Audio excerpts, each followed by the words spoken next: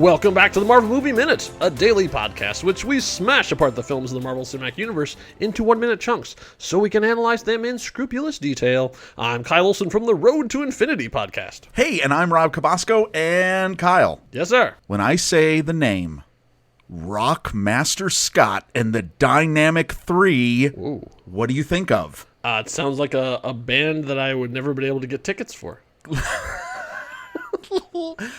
Let me tickle your memory.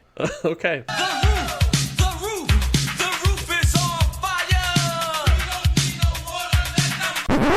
Yeah, I was gonna say, how far are you gonna let that play? I had to pull the pin right on that right there. Man, and you paid all that money for that vinyl, and now you've scratched it. That's man, I'm so sorry. Is that about horrible? That. Yeah. So, The Roof is on Fire, sung by Rockmaster Scott and the Dynamic 3. It's released as a single in 1984. It reached number 5 on the Billboard Hot Dance Music Maxi Single Sales Chart. Thank you, Wikipedia. I bring that song up because The Roof, as we have been talking about right now, the current... we have some retconning to do from the last few minutes, don't we? We've messed up a couple of things, and one of it's pretty big that I can't. I'm sure by the time that this is out, we'll probably have been roasted already. So we'll get into the big one. But one that I want to say is I was doing my research for this, and I'm like, I know this is a big, expensive action scene. There's got to be a ton of behind-the-scenes stuff. And so I made the mistake of waiting until later into the action sequence to watch the making of the action sequences. Oh. And that was a big mistake because now this is a mistake I know I've been making. I'm not sure if you've been making it too, but all the way through I keep making things about ILM. Talking about special effects and ILM. Yeah, ILM had nothing to do with this movie. Oh my so God. I apologize not only to people at ILM, but especially to the people at Rhythm Hues, which is a fantastic special effects house that we have not been crediting for the last 100 minutes of the show. I feel like an idiot because they are amazing. They worked really hard on this, and we've been freaking crediting the wrong special effects house. So I am the dumb. It's totally my fault. Oh no, we equally rise, we equally fall. Yeah. So what minute are we on? So to make up for that, I actually found out who at Rhythm Hues did this scene. Oh. So I wanted to take the moment not only to thank Rhythm Hues for all the hard work they did on this, but to specifically call out Matt Shumway, who is the one who choreographed and animated this entire fight scene. Your work is underappreciated, sir, and I apologize that we have taken this long before we said anything about it. We've taken some shots at you, and I apologize for that, though I don't apologize for my opinions. I apologize for not being as nice as I could be. That's one of those fake apologies, like, I'm sorry that you were offended. Oh, let's see what you're not really. Anyways, Rhythm Hues. Look them up. They are one of the best special effects houses in Hollywood, and they deserve their druthers. So let's just say all the stuff that we obviously try to research and try to put in place and figure this out. Clearly, and we are believers in full transparency. Yeah, exactly. We're okay with we've made mistakes. We talk about this. Oh, yes. In something this amazing. I think this just brings us an opportunity to once again recognize what a complicated project it is to make a major motion picture. Oh yes. Oh, yeah. And so kudos to everybody, even the stuff like you said. I mean, our opinions, yes, but obviously that's still at heart, I think, one of the great things about this show and all the shows that celebrate movies like this in such scrupulous detail is that, look, we understand that. And yes, kudos to those guys. Yeah. We've got some explaining to do. We do. So let's pick up where we left off here in minute 101 of The Incredible Hulk from 2008, directed by Louis Leterrier. And we pick up with Hulk is still throttling Abomination. So he has taken the mystery chain of mystery and he's got him by the... And so they have the angle really close on Hulk's face this whole time. And so Abomination's hand keeps shooting into frame and blasting into it. It actually reminded me of Sam Raimi. It's very Army of Darkness, of ashes in frame, and then suddenly a skeleton hand will come shooting out of it because there's 2 or 3 hits just out of nowhere, just this big scaly green arm punches in and pulls back out, and punches in and pulls back out. It's a little bit, no, it is, and it's played, I think a little bit of it is played for comedic effect. I think so. Yeah. No, absolutely. And so then we finally See, Hulk gets a little tired of getting punched in the face. And so he reaches down and pulls a piece of bone spur out of Abomination's arm and stabs Abomination in the chest with it. Wow, that is brutal. And it's interesting too. You can see the it's green. I mean, it's almost like bright green. It's almost the same luminescence as his eyes. So you're kind of seeing the whole, like, you know, it's gamified, and it looks Yeah, they describe this as being horrible in a brutal way. Animated, it's actually. They describe this in the commentary as being like a bar fight. Yes, the biggest bar fight is, and that's exactly what that is. It's just like, oh, you're gonna punch me, I'm gonna shank you. Shank you very much. So Abomination then is trying to get away from this thing because Hulk's got the chain wrapped around his throat, and basically the Hulk is walking the dog, like he's got him like almost every way. But then finally Abomination sort of throws an elbow, catches Hulk across the face, and then it goes loose. It's almost like he's so surprised, like, oh my gosh, like by that time Hulk says, then leap forward again and wrap the chain around his neck a second time, and then pulled him back and like, yeah, you ain't going nowhere. So then we go back to Thunderbolt, Ross, and Betty are both staying there, and they seem to have finally shaken off their stupor, because it's like, oh, right, we can actually react here, because they were like Blanksville. Well, because they can hear again, maybe. Exactly, the ringing in their ears finally come back down, so they can actually, you know, they have their balance if they can walk and not fall over. Right. So then Betty slowly starts stepping forward as she's watching this happen. So meanwhile, the chains are around Abomination's neck, and he's going out. Like, if the ref would be out there, like, lifting the arm. Oh, yeah. Letting it drop down. Oh, this is it. This is sleeper hold. Yeah, this is a sleep. That's right. This is a submission move right here. I mean, what it really looks like is that Hulk is about to, tear his head off or snap his neck, one or the other. Abomination's not going to get up from this one. And so he gets as tight as he can, and you see Abomination, eyes rolling back, mouth open, and then Hulk, like, rears back, like, and gives, like, a big, I got him. And then Betty yells, stop. And so he looks back down. But here's the weird thing. Betty yells stop in ADR. She doesn't do it on camera. Oh, right. Which is weird. They do a shot of Betty looking up at him, very concerned. Go back to the Hulk, throttling, and then you hear, stop! And then he sort of looks down, and they cut back to the exact same shot of Betty. Not with her mouth open or any change of expression. She looks exactly the same. So this is an editing choice. Right. Clearly, this was not in the original thing, because you can't tell me they shot her on the set screaming no, stop, or no, or don't, and didn't use it. This has to be like Liv Tyler, hey, we need you to come back in and just stand here and yell stop. Well, do you think it's a choice that, okay, well, I mean, why would he have stopped if she didn't? Right, that's the question. Right? Yeah, see, I don't know. This is the editing choice that they made. I'm questioning as to what it was. Now, first of all, why? I mean, there's obviously the heroic thing, heroes don't kill. Right. Okay. I've been watching some of the other Marvel movies, and Captain America's killed a bunch of people. Well, there's a bunch of people that have died in this movie too, as we know.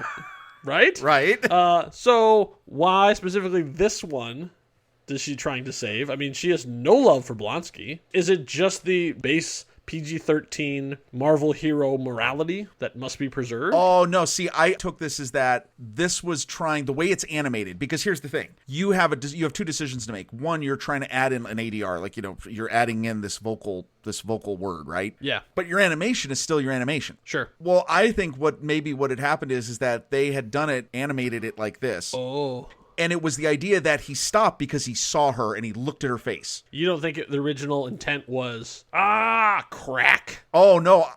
Ooh. And then they cut back to it, and then Abomination slumps over with his head at a weird angle, with his long freaking neck at a weird angle. Oh, you could have done that. Or it could have just been, well, I guess, no, that could have been. I don't know. Or it was just that, oh, no, it can't just be her looking at him. It's because in this situation, what you want to see, I'm surprised, given what we've talked about, the way the camera moves, what they've animated, what they did. Mm-hmm. This scene needs a shot behind Betty. You need to see Betty standing there from behind her, looking at what is happening. Over her shoulder. Over her shoulder, even a little back. Yeah. And even low, you shoot it low so that they look gigantic. So here's these big green titans. Right.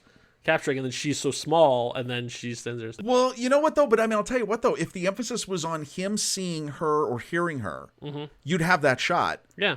To do it like this makes me, maybe you're right. Maybe the original plan was he kills him. I'm thinking so. And then they brought it back down to maybe there's the R-rated version because this is the Man of Steel moment. Well, no, it's not. Isn't it, though? No, because Abomination doesn't have a family of 4 in his arms that he's getting ready to crush. That's true. Well, I will defend Man of Steel for this moment. It was the laser eyes. He was going to laser eye them. Yeah, this is different. This is a totally different situation.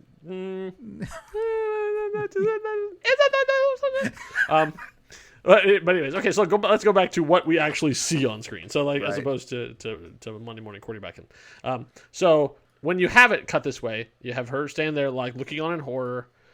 Cut to Hulk doing it. ADR stop, and you come back to her. Now she's giving Hulk the look. And every married man knows the look. So she's giving him the, you're being dumb. Stop the thing you're doing Yeah. and get over here. Oh yeah. We've all seen that. Oh boy. Yeah. So Hulk's like, oh yeah, sorry, Betty. Totally cool. And so he drops the chain. Okay, I've totally stopped trying to murder this dude. And so they cut to, holy crap, Rob, they're at ground level. Yeah, this isn't a roof. Okay, so what do we just? So he drops the What? chain. I watched this minute and it blew my mind. I was like, how's that Humvee on the... They're on the ground? Wait. Like, this whole time. Like, the last 5 minutes. We They've cut- been on the ground? What? We cut to. It's either a Hummer or a Jeep. I guess it's a Hummer. Yeah, Yeah, it I looks think it's bigger. Humvee, yeah. And immediately I said to myself, "Is that a Hummer? Like, what's No! Like, what are you doing up what's so high? happening?" And then and then I think we both had, as we were preparing for this minute. Yeah. We must have both had a wave of shame that just dripped over us. Yeah. I mean, it makes the homeless people being on there seem a lot more... They still shouldn't have murdered him. It still doesn't make sense. The whole thing. Still doesn't make The whole. I don't like the whole set. The whole set but piece like, is wrong. Yes, but not once. And I just and we have oral evidence of this. Not once did I think that they were on the ground. Not Well, no. once. You know what? Here, I just And I've moved it up. seen this movie many times. No, and I've never thought of the fact that they were on the ground. Because even right now, when we're looking at about 2/3 through the minute, there is now this shot. It's a very nice shot. It's you can see the ruins of the columns. The Yep. Hulk and Abomination are in the right third of the scene, and we've got all these police and military. all the people that are who were coming. running away before have Right. now. So now they're all coming with their guns Yeah. drawn. Here's the problem. Look at the background. Look at the buildings behind there. Yeah. Those do not appear to be ground level at all. I see no doors. I don't see anything. I don't see streetlights. All I see what looks like is to be the upper parts of other buildings. And I agree with you. And I think, I mean, am I embarrassed? Yes, I'm embarrassed. But, Yeah, but I yeah, mean, like, I don't know. I'm totally fooled. Yeah. Like I really thought. I honest to God never once considered the fact that they were on street level. So there also is a weird edit in here because when Hulk originally has Abomination by the throat, he lets him go. Abomination slumps to the ground. Then they cut to the crowd going in. All that stuff. They come back. When they cut back, Abomination is now leaning against Hulk's legs. So like, it is a little weird. Yeah, there's a little bit it's of a... not exactly in the same position that he was before. Right. So like it's obviously two different things, and which also makes me wonder about the whole neck snapping thing. Like he was, but I know it seems like there was something else that happened in here that got cut out or changed or missed or whatever. So then Hulk takes the Abomination and then flips him onto his back, and he plants his foot on him. And in the commentary, they refer to this as the Bruce Lee moment. Oh, really? So I was like, okay, well, I mean, it's a well-built dude with shaggy hair, only wearing pants, who just kicked the butt of a much larger person. So I was like, okay. And then because It's a heel move. I guess so. And he plants it. So the Hulk plants his foot in the middle of Abomination's chest, and then as the camera's panning up, we don't see what he does, but he does a little ha. I mean, I think that's correct too. He does a little foot twist thing, and you hear like a crunchy sound. Oh, yeah. It's kind of Like- it's off screen, but Yeah. you can see that. I gotcha. I think that's the Bruce Lee thing. And then as he goes, he roars to the end of the minute. It's like that's it, yeah. it's like 3 seconds, I think, of just solid roar, and then he's still roaring when the minute ends. And we got a nice big pan up. Yeah. It's panning away from See, him. we're right you down kinda his throat. Yeah, it's pretty crazy. Hulk has a very wide mouth when he It's when he I don't, roars. and I think there's more than 32 teeth in that mouth, but or 36 teeth. I mean, like it's the kinda- size of those teeth is Yeah, yeah, they really get close on it too. Yeah, it's full on. Yeah, you see everything, and that's kind of cool too. Though, I mean, how about awesome? We're right now looking right towards the end of the minute, and we've got this shot of the Hulk's face, and in the background, you can still see the place where there's a Hulk-shaped dent in the wall. That's there's right. the hole where Abomination got put through his head. Like That's right. I mean, it is nicely done, and you understand where everything's going if you understand that you're not on a roof. But, Right. So, we praise Rhythm Hues, and also we take it away where we get you with both sides. Yes. But that's the end of the Abomination fight. I mean, like, Abomination has been defeated. I mean, like, this would be with your victory screen. Finish him. This would be like, flawless victory. Has he been abominated? Is this it? He's been abominated. Yeah, that's like this. He's his body's around for that time, but this is not a horror movie, so we're not Really? I mean, I'm kind of because rear up from the thing. I don't know. Whenever the villain's been choked out in a chain, I expect at the very end moment he's like talking to the officer and he rises out of the chain. Welcome to the party, pal.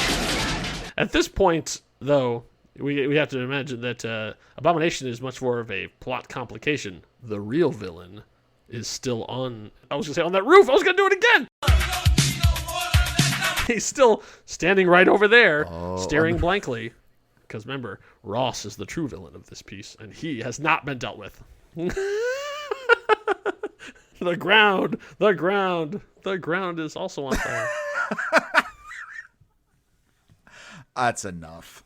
I mean, is he? Well, I wonder if Ross will be vindicated before the end of this movie, which we are fast approaching. I know it's coming up really quick, and how will that roar end? When will that roar end? You won't find out until minute 102. In the meantime, any of the places online that we are, and you would like to make fun of us for not understanding the difference between a ground level and a roof. There's places, Kyle, where people can go and do that. Shame us. Go ahead. that's true. That's right. Yeah, that's right. Go on to Facebook, to Twitter, and make fun of us for the fact that we didn't know what special effects house did all this work for Incredible Hulk. Oh yeah, there's so much right now to lash out at us on. Why am I encouraging lashing out at us? This is horrible. Isn't that what 90% of social media is about? Bring it. That's fine. Jumping on people for making You're mistakes. You're here to enjoy. You're here to laugh. You're here to celebrate. You're here to have your brain tickled with random trivia. Go ahead. Yeah, Mia culpa. We'll try to not make any catastrophic errors in minute 102, but we can't promise anything, so who knows what's going to happen. Hope you had a smashing good time. Until next time, true believers. Bye.